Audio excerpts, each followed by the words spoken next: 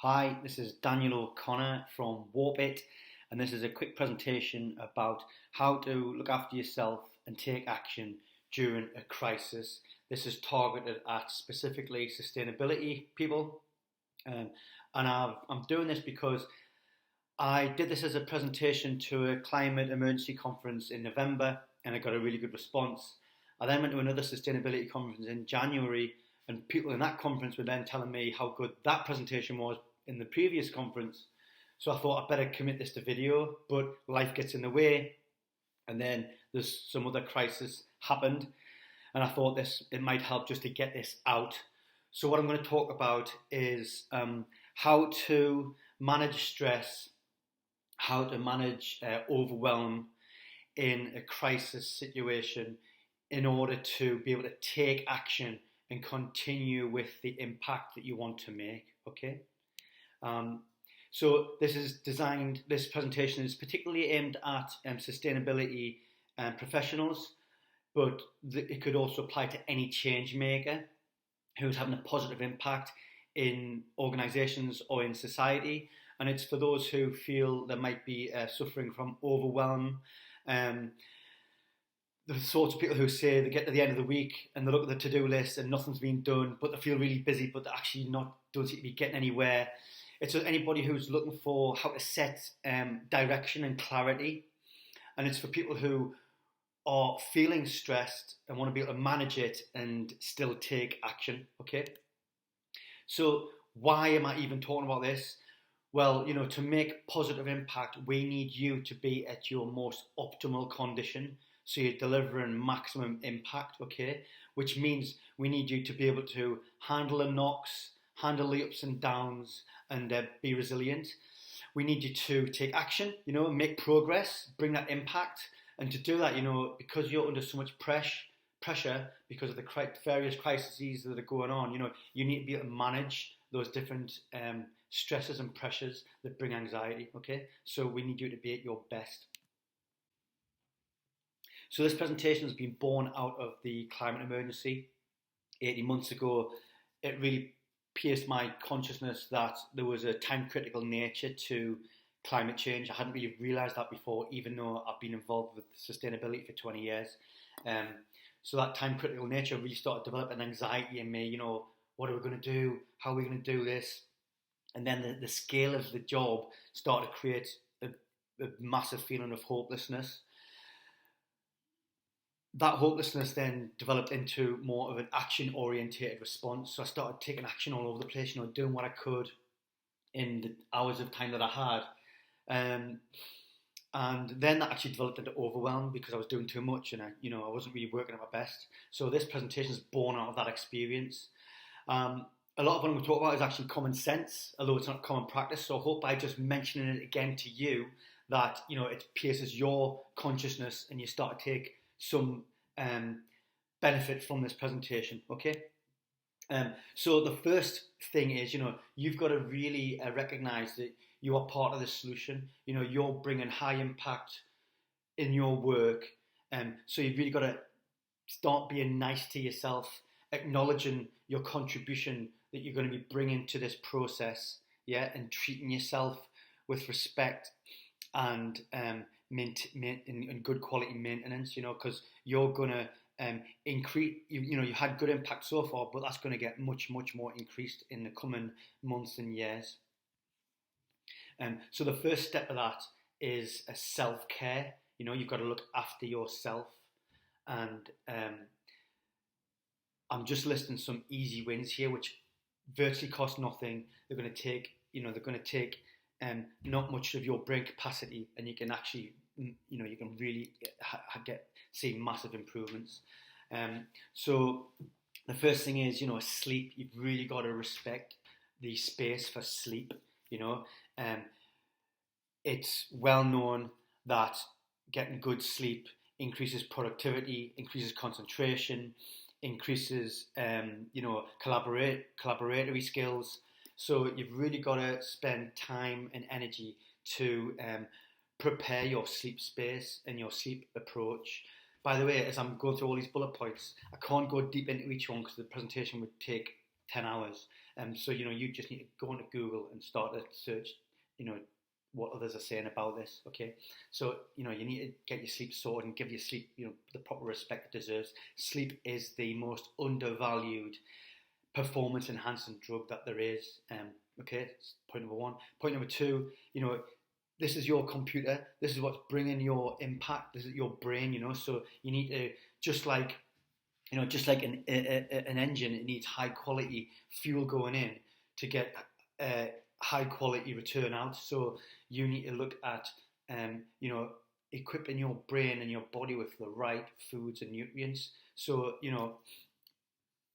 they're called superfoods for a reason. I know it's only a marketing term, but there's certain foods that have an inordinate concentration of nutrition and vitamins which feed your brain and your body. Okay, so look at superfoods. You can also search for the food group which is called adaptogens. And adaptogens are a class of food which almost drifts into medicine. They've been used for thousands of years in Ayurvedic and Chinese medicine. And this food group is all about moderating your hormones and making your body and your body cells resilient to stresses in the environment. Okay, so Google adaptogens. Another thing you need to recognize is that you need your own time away from your work, from the hustle and bustle, from the stress. So you really need, every day and every week and every month and every quarter to take some time away where you can give that time up to you and what you want to do. It might be a hobby, could be crochet, might be a sport, it could be learning a skill, or on a daily basis or a weekly basis, meditation or yoga. There's loads of good things out there, which you can start to get involved with to give yourself some you time. And I say luxury as well. When you should spoil yourself, and I don't mean buying a Louis Vuitton handbag or buying a car or whatever. What I mean is just a little bit of luxury to reward yourself.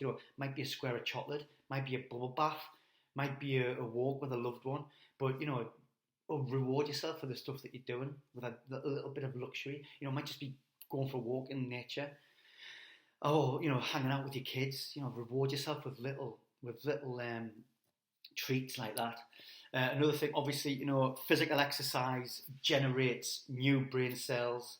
That's one of its benefits, and it's got obviously a myriad of other benefits as well. But you've got to get active. That might just be going for a walk, run, whatever. But every day, 30 minutes where you get a little bit out of your environment, get a little bit out of breath, and finally, easy one. Make sure you're taking regular breaks. I know this is obvious, but I take a break every 25 minutes. And I just do 25 minutes of work, break for 5. 25 minutes of work, break for 5. 25 minutes of work, break for 5. So take breaks through the day. Take breaks over the week. Give yourself half a day off or whatever if you can, or a longer dinner break. And then, part of taking breaks is like sort of, you can go on retreats as well. So a retreat is a way of just like completely switching off, getting away from things and just reviewing what's going on. Now, a retreat doesn't have to be, going away to a spa or whatever. It could be in your house. If you're in your house for a period of time, you can sit there in the bedroom, quiet, meditate, whatever you do a journal. It doesn't have to necessarily be, again, something of a luxurious nature. Okay, so that's self-care.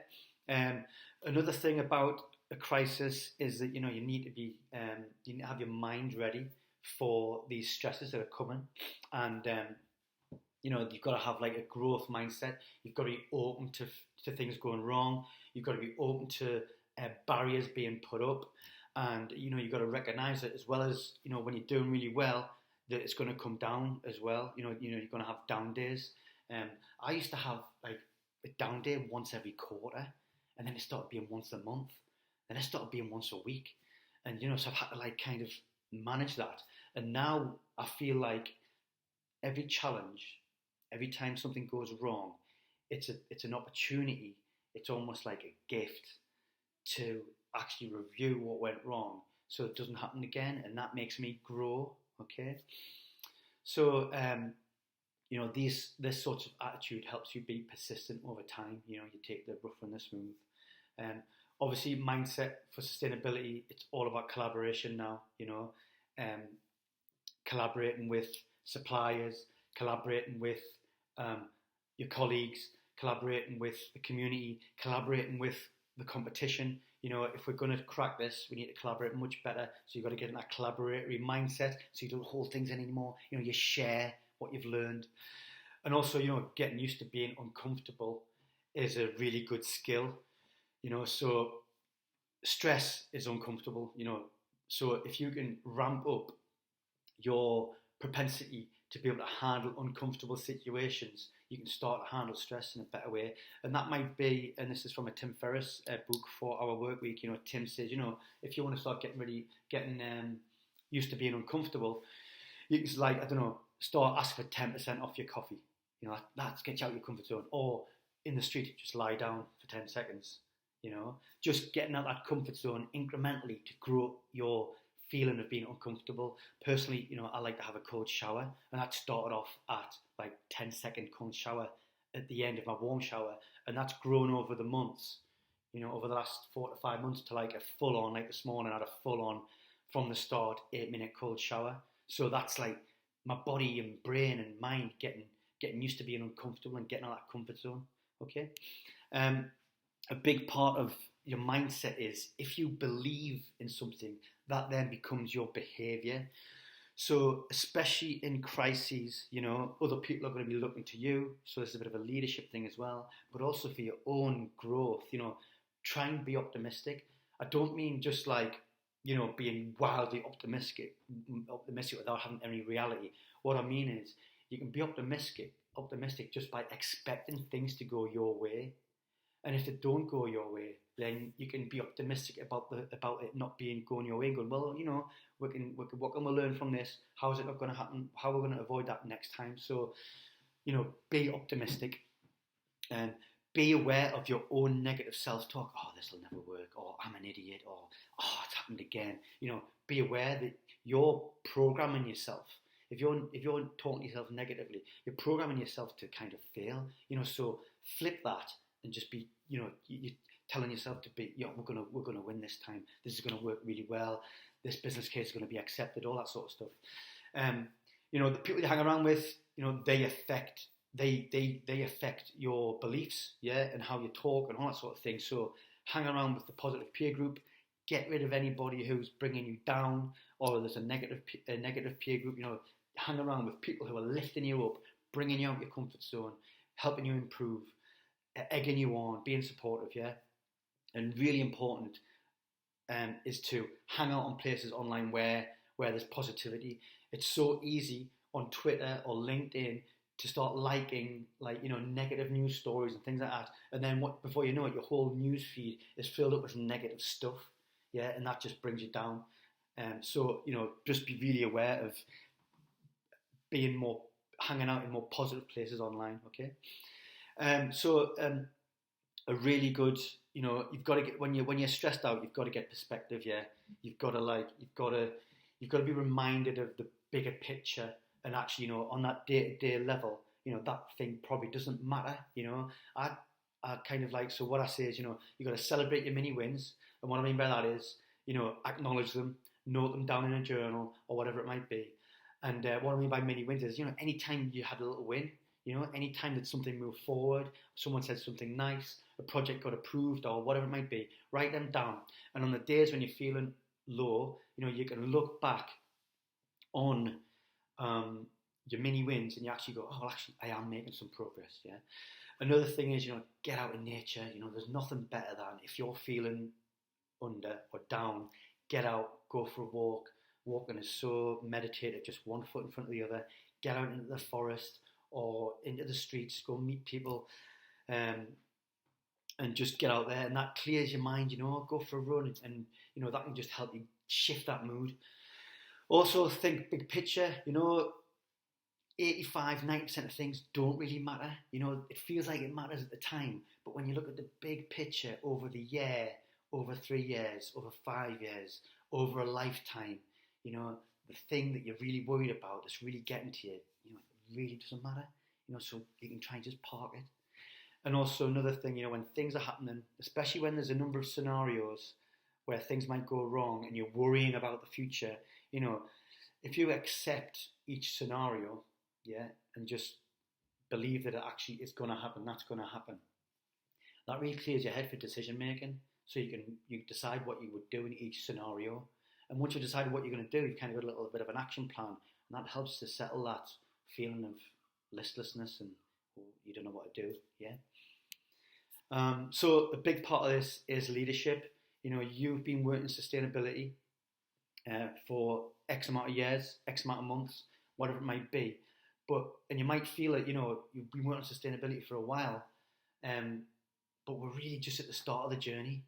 We're really just at the start. Sustainability is it's not mainstream. We're just at the start of this journey. So learnings you have made, are useful to others, right? So there's a few things here on leadership, right?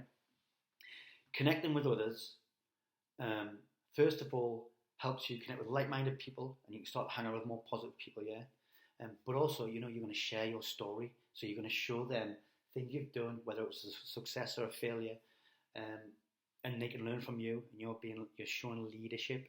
Obviously, it's really easy to connect with people these days. LinkedIn's the place for sustainability professionals, but obviously Facebook, Twitter, all that stuff.